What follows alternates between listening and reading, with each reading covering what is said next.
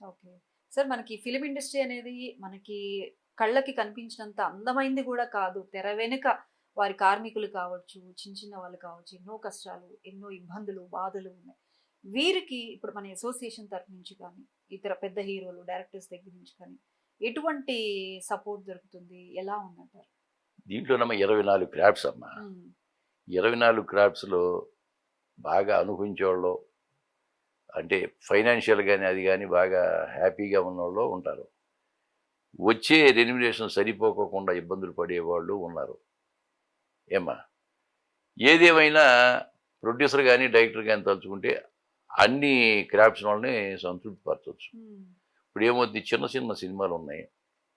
ఏదో ప్లాన్ చేసుకుంటారు పాపం. ఒకప్పుడు పెళ్లి చేసి చూడు, ఇల్లు కట్టి చూడు అంటారు. అవును సార్. అది 2 తీసేయండి. హ్మ్. పెళ్లి చేసుకోవటం ఏముంది ఇప్పుడు ఎళ్లి దండలు మార్చుకొని అవును. చేసుకోవచ్చు. అయిపోతుంది.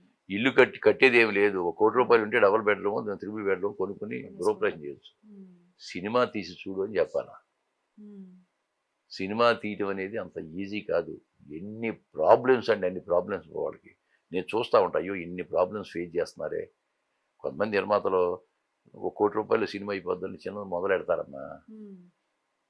ఫస్ట్ షెడ్యూల్ అయ్యేటప్పటికి ఒక చేతిలో ఒక 50,00,000 పెట్టుకుంటారు.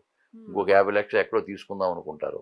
మీరు మొదలెట్టండి అయ్యా నేను ఇస్తా అంటాడు ఇంకొకాయన. హ్మ్. 50,00,000 ఒక షెడ్యూల్‌కి అయిపోద్ది. అయిపోతది. రెండో షెడ్యూల్ అయ్యేటప్పటికి ఆ 50,00,000 ఆయనకి అందవు. హ్మ్. నాకు ఈడు పడలేదు గురు అంటాడు. ఆ సినిమా ఆగి ఉంటుంది. మళ్ళీ ఫైనాన్స్‌ని చూసుకోవాలి. ఎన్ని ఇబ్బందులు పడతారండి అలాంటి పాపం. ఎన్నో సినిమాలున్నాయి కదా సార్. ఎలా ఎన్నో సినిమాలు. హ్మ్. నాకు తెలిసి ఈ మధ్య ఎవరో చెప్పారు. 'ప్రసాద్ ల్యాబ్‌లోనే' ఒక 7, 800 సినిమాలు ఆల్రెడీ కొన్ని సెన్సార్ కూడా అయిపోయిన సినిమాలు అట్లా పడి ఉండేయని. హ్మ్. కాకపోతే ఆ ఫీల్డ్ మీద ఉన్న మోజు అటువంటిది. నేను హ్మ్. హీరో అనిపించుకోవాలి. నేను నిర్మాత అనిపించుకోవాలి. ఆ విధంగా ఫీల్డ్‌లో దిగటం, కొన్ని సినిమాలు తీసి అలాగే రిలీజ్ కాకుండా ఉండేవి చాలా ఉన్నాయి. హ్మ్. సార్ ఇంక 'ప్రసాద్ ల్యాబ్స్' అంటే గుర్తొచ్చింది. 'ప్రసాద్ ల్యాబ్స్‌తో మీకున్న సంబంధం ఎలాంటిది? 'ప్రసాద్ ల్యాబ్' అంటే మేము డబ్బింగ్‌లకెళ్తా ఉండేవాళ్ళం గదా! హ్మ్. హ్మ్. 'ప్రసాద్ ల్యాబ్' డబ్బింగ్‌కెళ్తా ఉండేవాళ్ళం. అలాగే శరత్ అని ఒక ఆర్టిస్టు. 'ప్రసాద్ ల్యాబ్ శరత్' అంటారు. హ్మ్. అతను నాకు ఫ్రెండే. మేమంతా కలిసి చేస్తా ఉంటాం. ఏదన్నా చాలా అంటే 'ప్రసాద్ ల్యాబ్‌లో' డబ్బింగ్‌లో చాలా కొన్ని వందల సినిమాలు చెప్పాను. నేను డబ్బింగ్ ఆర్టిస్ట్‌ని కూడా. హ్మ్. మొట్టమొదటి డబ్బింగ్ ఆర్టిస్ట్‌ని. ఆ విధంగా కూడా చాలా చెప్పాను. అంటే ఓకే. 'ప్రసాద్ ల్యాబ్‌కి' ఎంటర్ అవుతుంటే ఏదో పుట్టింటికెళ్ళినట్టుగా అనిపిస్తా ఉంటుంది అవునా? మాకు. ఆ! అవును. అక్కడికెళ్ళినా, మాకు అన్నపూర్ణ స్టూడియోకెళ్ళినా. హ్మ్. అన్నపూర్ణ స్టూడియో కూడా నాకు పుట్టిల్లండి. హ్మ్. ఎందుకంటే నాకు 2 నంది అవార్డు అన్నపూర్ణ స్టూడియో వాళ్ళే వచ్చినాయి. 'రాజన్నను', 'పుట్టింటి పొడిచేరా' సీరియల్‌కిను. సార్ ఇండస్ట్రీలో కష్టాలంటే ఒకటి గుర్తొచ్చింది. మీరే ఒక ఇంటర్వ్యూలో కూడా చెప్పినట్టు గుర్తు.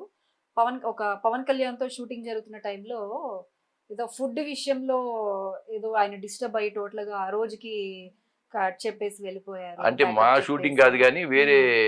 వేరే సినిమా షూటింగ్ అవుతున్నప్పుడు హ్మ్. అంటే జూనియర్స్‌కిని వాళ్ళకి ఫుడ్ పెట్టేటప్పుడు ఏం పెడుతున్నారు చూపించండి అని చెప్పి ఎళ్ళాట ఈయన. హ్మ్. వెళితే వీళ్ళకి మెయిన్ ఆర్టిస్టులు పెట్టే ఫుడ్ వేరు, వాళ్ళకి పెట్టే ఫుడ్ వేరు. హ్మ్. అక్కడ కోపం వచ్చింది ఆయనకి. ఎందుకంటే ఆయనకి సామాజిక సేవ మీద ఎక్కువ ఇది ఉండేది అవును కదా! సార్. అందరికి ఒకటే ఎందుకు పెట్టడం లేదు. అందరిని సమానంగా చూడాలనే తత్వం ఆ మనిషిది. ఆ తత్వంలో అతని దగ్గర ఓ అది దానగుణం ఆ రోజు ఉందమ్మా. చెప్పకుండా వెళ్ళిపోయారు. ఆ రోజు వెళ్ళిపోయాట. హ్మ్. అందరికి మీరు పెడితేనే చేయండి. హ్మ్. అలాగే ఆయన వెళుతుంటే కారులో ఒక నలుగురు జూనియర్ ఆర్టిస్టులు ఆయనతో చేసిన జూనియర్ ఆర్టిస్టులు నడుచుకుంటూ వెళ్తున్నారట. "ఏం మీరు నడుచుకుంటూ వెళ్తున్నారంటే, మాకు కారు పెట్టలేదు సార్. వెళ్ళిపోయింది సార్ మాకు అవకాశం. నా కారు ఎక్కండి" అని చెప్పి తీసుకొచ్చి కూడా అక్కడ దించెళ్ళారట ఆయన. హ్మ్.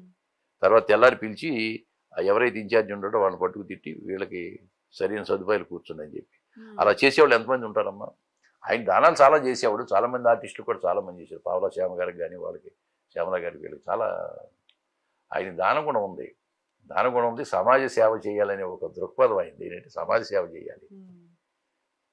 Okay sir. ఇప్పుడు మీరేదైతే ఒక నెగెటివ్ క్యారెక్టర్, విలన్ క్యారెక్టర్ చేయాలని మీకు కల ఉందో, అది త్వరలోనే నెరవేరాలి. మేము గూడా మిమ్మల్ని ఒక నెగెటివ్ క్యారెక్టర్‌లో స్క్రీన్ మీద చూడాలి. మరెన్నో మంచి మంచి పాత్రలు మీరు చేయాలి, మేము చూడాలని మనస్ఫూర్తిగా కోరుకుంటున్నాను సార్. అంతా థాంక్ యూ సార్. అంతా సాయిబాబా దయ.